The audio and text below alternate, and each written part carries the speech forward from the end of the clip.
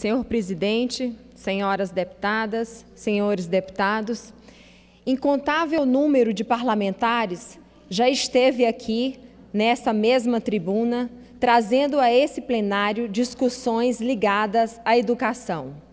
Vejo-me hoje no dever, na obrigação de também tecer algumas considerações a respeito do tema, de modo que possamos refletir juntos e, assim, motivarmos a busca de soluções. A discussão que trago é pertinente nesse momento em que o país se volta para essa casa, empenhada em oferecer um plano nacional de educação que atenda plenamente à sociedade brasileira. Os debates sobre a educação no Brasil e as mudanças sugeridas no plano estão em ebulição no Congresso Nacional, de maneira que é mais do que oportuno provocarmos maiores reflexões a respeito. Antes de tudo, quero ressaltar, senhor presidente, que a importância da educação deve ser a mesma do professor e da professora, pois é a partir da valorização do magistério que poderemos alcançar um ensino público de qualidade e, em consequência, viver em um país mais justo e igualitário. Senhoras e senhores deputados, associo-me a todos os que defendem o imediato cumprimento da Lei 11.738, que trata do piso salarial nacional do magistério. Para contextualizar, quero lembrar que, semana passada, o jornal Folha de São Paulo publicou uma densa reportagem sobre o piso nacional dos professores. A legislação aprovada há mais de 3 anos prevê salário mínimo de R$ 1.187 a professores da educação básica pública, em jornada semanal de 40 horas. Esse piso exclui as gratificações e assegura que os docentes passem ao menos 33% desse tempo fora das aulas. Entretanto, segundo aponta a reportagem, a lei que estabelece o piso do magistério não é cumprida em pelo menos 17 das 27 unidades da federação. O levantamento da Folha indica ainda que a jornada extraclasse é o ponto mais desrespeitado da lei. 15 estados a descumprem. O estado que represento, o Piauí, está entre as 10 unidades da federação que pagam o piso. Mas em diálogos com professores piauienses, pude recolher outras preocupações da categoria, as quais gostaria de pontuar. Antes, quero ressaltar que é ponto pacífico a necessidade da implementação total pelos estados e municípios do piso estabelecido pelo MEC, já que 9 entre 10 municípios apresentam dificuldade de cumprir a legislação e necessita de apoio do governo federal para fazê-lo. Paralelo a esse cenário, em que professores não têm justa remuneração, os docentes do meu estado manifestaram forte preocupação com a questão da saúde e do ambiente do trabalho. É crescente o número de professores acometidos de doença de fundo psicossomático, como a síndrome do pânico e a síndrome de Burnout, que é o esgotamento físico e psicológico de uma pessoa em decorrência do trabalho. Senhor presidente, eu digo que ser professor hoje em dia é ser um herói que resiste a toda sorte de problemas. Não bastasse a preocupação com a carga horária e com a baixa remuneração, educadores das grandes cidades têm enfrentado assustador crescimento da violência dentro das escolas.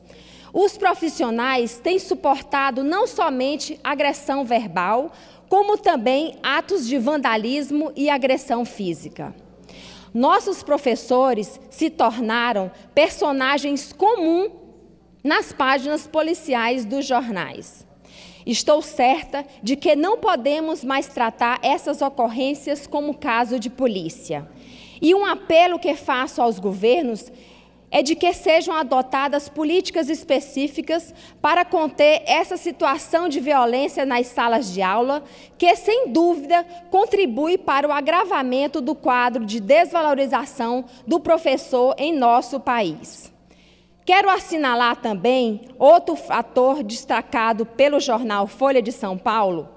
Ao contrário do que se verifica nos países que estão no topo da educação, os jovens brasileiros não desejam seguir a carreira de professor.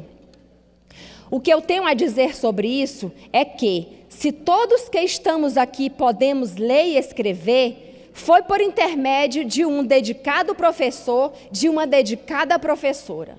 Em respeito aos mestres que tivemos, quero propor que cada um de nós levemos para os nossos estados essa bandeira de luta em favor dos nossos professores e pelo fim da violência nas salas de aula.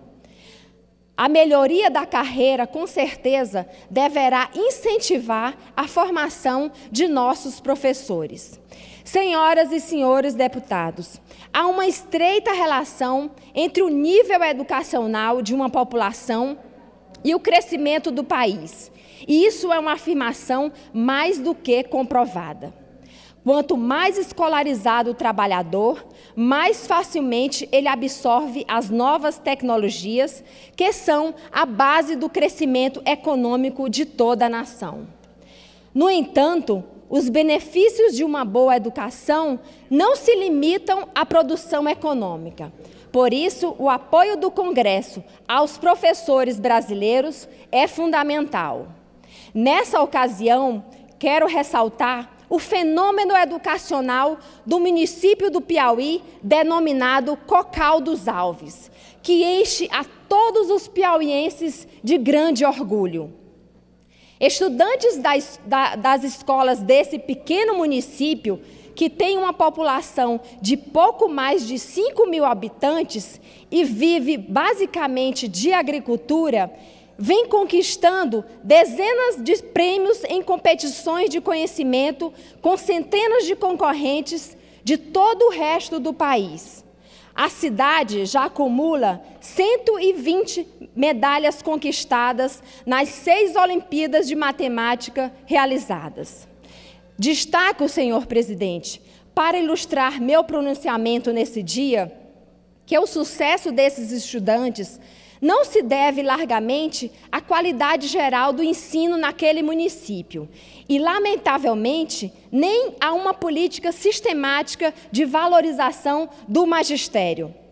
Na verdade, a origem do sucesso dos alunos de matemática de Cocal dos Alves são os professores Antônio Cardoso do Amaral e Raimundo Alves.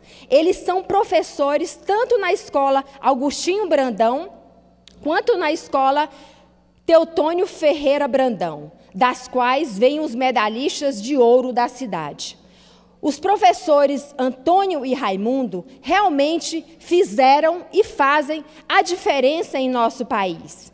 É o esforço desses dedicados professores que deve motivar também o nosso esforço pelo fortalecimento do magistério em todo o Brasil. Considerei importante mencionar esse caso de sucesso e sei que existem muitos outros para o interior do país.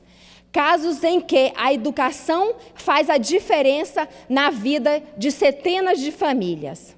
Por último, sobre esse assunto, devo ressaltar que acredito no papel estruturante da educação, no papel da escola como referência para nossas crianças, adolescentes e jovens. Já se sabe que os investimentos em educação tendem a provocar fortes impactos em conquistas de segurança pública.